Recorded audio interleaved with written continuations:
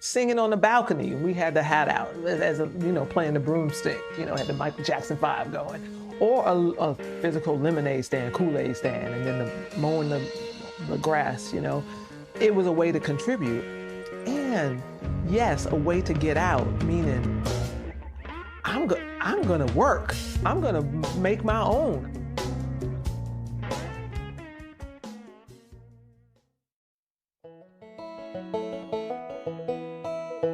This is Working Class Windows, a podcast that explores the invisibility of the queer, trans, and non-binary working class.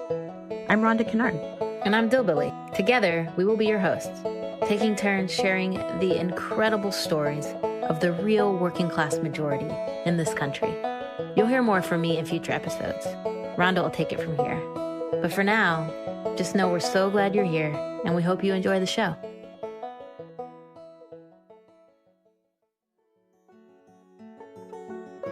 I know we're cut from the same cloth. Wear our heart on our sleeves and take everything off. And when the pieces of you don't match the pieces of me, we can line up the edges, fold you on top of me. Don't let this get in our way. Let's not get lost in the fray.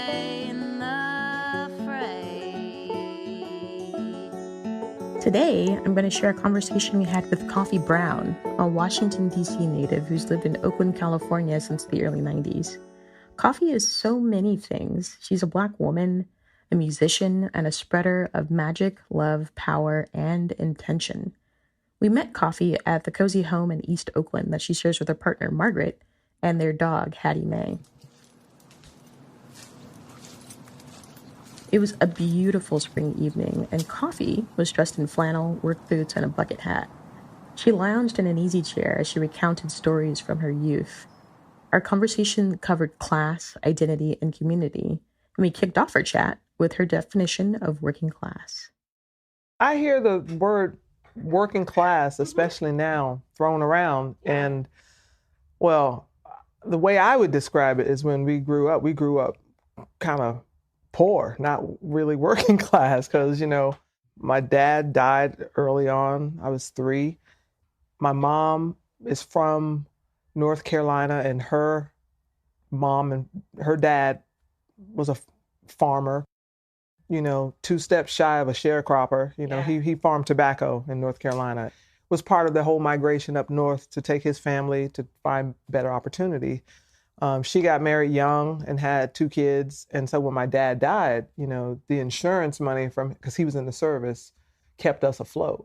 And so I describe my life in phases. When I first can remember to about 8 or 9, it being like, we didn't have a lot of money, but nobody had a lot of money. And that wasn't a stigma then. You went to Goodwill, you went to whatever to get your clothes, and you saw your friends there, and that was that. And then once, my mom got a job and started working, I think that's what you call working class. To me, it's like you got parents who work for a living, and they may not be making a ton of money, but they're making enough to pay the rent, and, so that's my definition of working class. Was class one of those things that connected you to the folks around you when you were growing up? I say, yeah, especially at a younger age when, you're in school and it's a lot of social interaction and people can be mean and, but if you grow up around people in your similar situation of not having, like going to the thrift store and seeing your, or I guess it wasn't a thrift store back then because that implies cool to me now. It was just Goodwill or, a place where this place that we used to go to, I don't even know what it was. It was downstairs and they had boxes full of clothing. And maybe it was like a Salvation Army or something. But yeah, I did feel kind of connected to the community because I would see people I knew and we were all in the same boat. And I think even as a kid, when you don't have a lot of money. But it was Like if anyone got a new pair of sneakers, like things that I remember, right? It was like, oh, you got some new shoes, but you knew and everyone knew that they were going to be your shoes for that whole year. And you better not, do whatever you were going to do because that was the shoe. Yes, we were aware of sort of the financial circumstances, especially going into like the 5th, 6th, 7th grade, You were just hanging with your friends and you knew who had more money, you knew what that was, those people over there, you know what I mean? So would you say that growing up without a lot of resources informed your values today? Well, I think it's a good question because I think it does. Like so that I can bring community into that. I think there is a shared set of morals and values around sharing and being unselfish and kind of a community spirit, like we had dinner with families a lot or friends, and it was just expected if a friend was over at your house, you were going to feed them, even if it was just mac and cheese, You grow up understanding about things like, sharing and compassion and generosity and a collective sense of movement and improvement. Like if it's all of us doing it, then it helps everyone. I didn't grow up rich, so I don't know what values you're taught, when you have stuff, because sharing is probably not the first thing that comes to mind because you don't have to, you just have it. So I think the things that you value when you don't have money is people, each other and each other's opinion and what people think and kind of sharing that just community and talk. And then when you have money, it's like you have these things to distract you from the interaction with people. Isn't that something?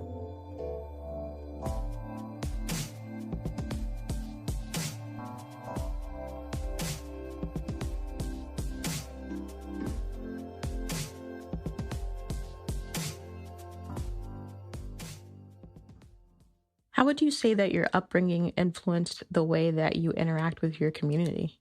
So time, giving of self versus of money, right? So I think that it's much more valuable to show up.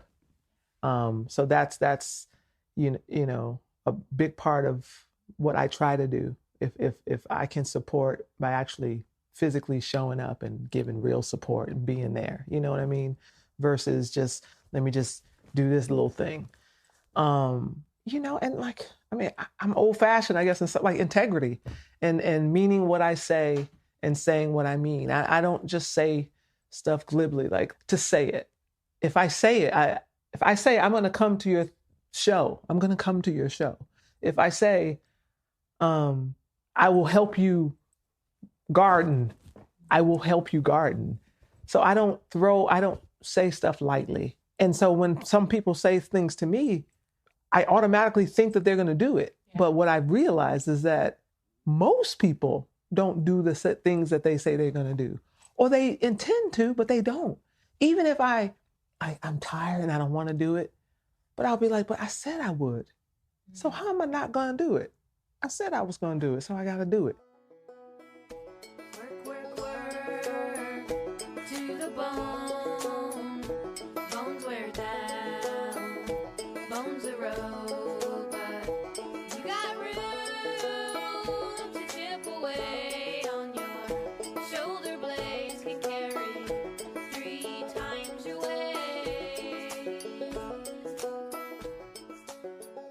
I've always worked. Always. Lemonade stand, cookie stand, mowing the lawns. I thought as a kid, which may be unique to me because I don't know if I saw it in a lot of people, but I saw how my mother was working so hard, right, that I needed to contribute. That's how I felt. And so I was and because in my mind I could, and I had all of these ideas, then that's what I was supposed to do, right? So I'm okay if I singing on the balcony and we had the hat out as playing the broomstick, had the Michael Jackson 5 going, or a physical lemonade stand, Kool-Aid stand, and then the mowing the grass, it was a way to contribute. And yes, a way to get out, meaning I'm going to work. I'm going to make my own. I'm not going to, but I don't know if I saw that other than my mother. I mean, that's the person who I saw doing it. So one of my best friends, Missy and Seymour, right? I had to be 6 and 7 years old. Looking back now, and probably I did maybe years ago, but I think their mom was a prostitute. And yeah, it was not a big deal. It was like, I think Mrs. Miller, but then it was, and I think my mother knew, but my mother didn't, but I still played over Missy and Seymour's house because I think it was like she was doing what she had to do. You know what I mean? She's providing a way for her family. And yeah, it's how make a way out of no way, right? And that's what I saw. I was like, some people will do what they have to do no matter what it is. And some people won't. And I'm a kid that's going to do what I got to do,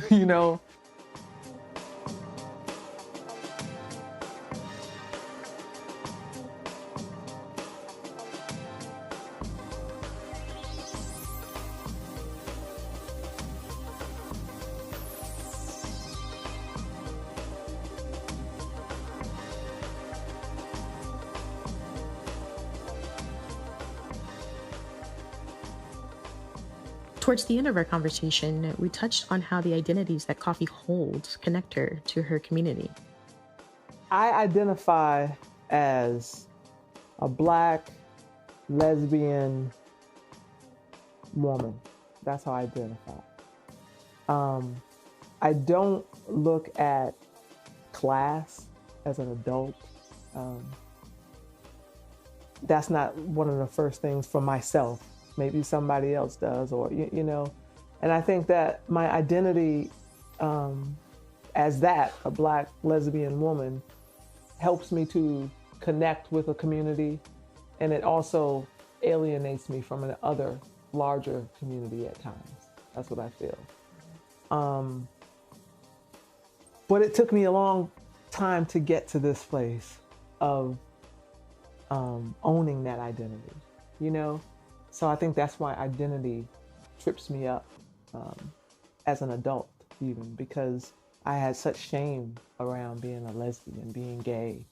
I had such, shame growing up with that, knowing ever since I can really remember, that I loved girls, and not in a different way, So now it's great because that community of folks,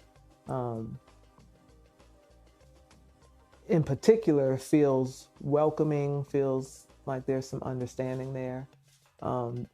The community of queer folks in general feels open and welcoming to me, But I think, and this is just my story, right? As a Black person in this world, even the queer community can sometimes feel I'm outside of that community, depending on where I'm at. And then, I think now it's even weirder looking like a butch Black woman, but maybe not necessarily feeling like that, I'm feeling like just a person. I'm at an age group where I know a lot of old dykes, who really paved the way for people to be very open about their identity and gender. And these older women, a lot of times I feel like they don't get the respect, or, especially like old dykes, old lesbians, get almost laughed at nowadays. And I'm like, I know these women, and it's like, if it weren't for these fuckers going out there being badasses, it wouldn't be a lot of us who are able to be so free. And so it's funny because I fit in this weird age group, I think, and just how I am. I'm youthful, and so identity trips me up sometimes. I identify with a lot of people and groups, and I feel left out of a lot of groups. Did you feel at home in DC? I felt at home because it's where I'm from, and I knew a lot of people, and I had a full life. But I also had a secret life. I was closeted, had a girlfriend, and I was seeking escape more than I was seeking I was running from more than running to, you know. So my mindset was get me the fuck out of here. That was my mindset. More than I want to find my people, you know, and for a variety of reasons, you know, the religion, growing up as a Jehovah's Witness, and that's a whole nother mind fuck that stays with me to today, you know. So I think once I got here to San Francisco, and I quickly realized that, oh, this is crazy segregated, you know, and was like, oh, this is, I don't know how it's gonna be. Me and my girl can like be together, but then we stayed closeted for another fucking 10 years as a gay couple, as a lesbian couple. That's, you know, the shame is deep and it's frightening. And I was searching for a record deal, and I was, you know, that's when it wasn't fashionable to be a fucking dyke, you know. So yeah, it was hard. It was hard for a long time. This is the freest I've ever felt in my life.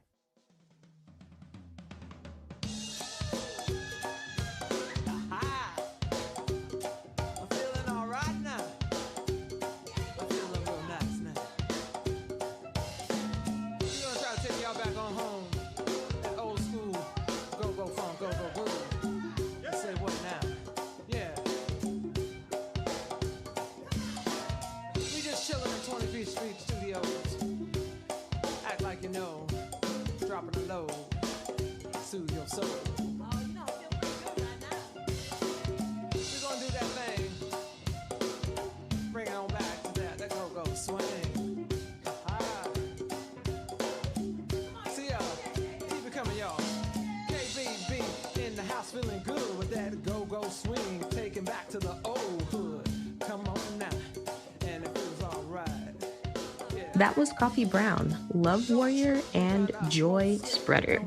The track you're listening to right now is called Slippy Dippy, and it's from Kofy's new album, Child of Providence. Other tunes from Kofy on this episode include Roller Coaster and Rise from that very same album. Find Child of Providence anywhere music is sold. It's really good. Other music in this episode was composed by my friend and collaborator, Dillbilly. This episode was made possible thanks to grants from ZooLabs and the National Queer Arts Festival, and oral history support from Jessica Arevalo-Hillen. This episode was edited by Abby Aguilar and produced by Waxsimile Productions. Learn more about Working Class Windows Project at workingclasswindows.com. There, you'll find photos of Kofy Brown in her beloved bucket hat and easy chair, and profiles of more queer, trans, and non-binary working class folks. I'm Rhonda Kinard. Thank you for listening, and be sure to tell your people you love them.